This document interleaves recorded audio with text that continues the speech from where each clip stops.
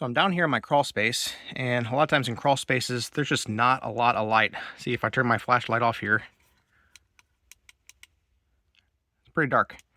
And there's not a lot of room, even, and you really don't want to be down here very much in terms of like trying to wire everything up. So what I do is I get one of these little light bulb sockets, and you can just plug it into an outlet, run an extension cord, that is, and then just get yourself a light bulb, screws right in there.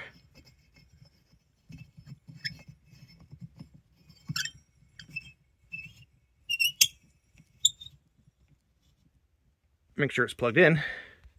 And then once it's plugged in, there we go. Now, turn this flashlight off. So much more light, so much easier to see what's going on down here. Just wire up a few of those things in the crawl space.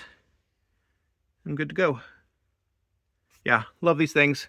So convenient, easy to put into lighting when you don't want to rewire everything. If you'd like to purchase it, there's a link in the description. We get a small commission and it would really help us out. Hey, my name's Chris, and with my wife Abby's help, we're on a quest to review literally everything. They tell me that I'm never gonna make it. They want me to do something that could make sense.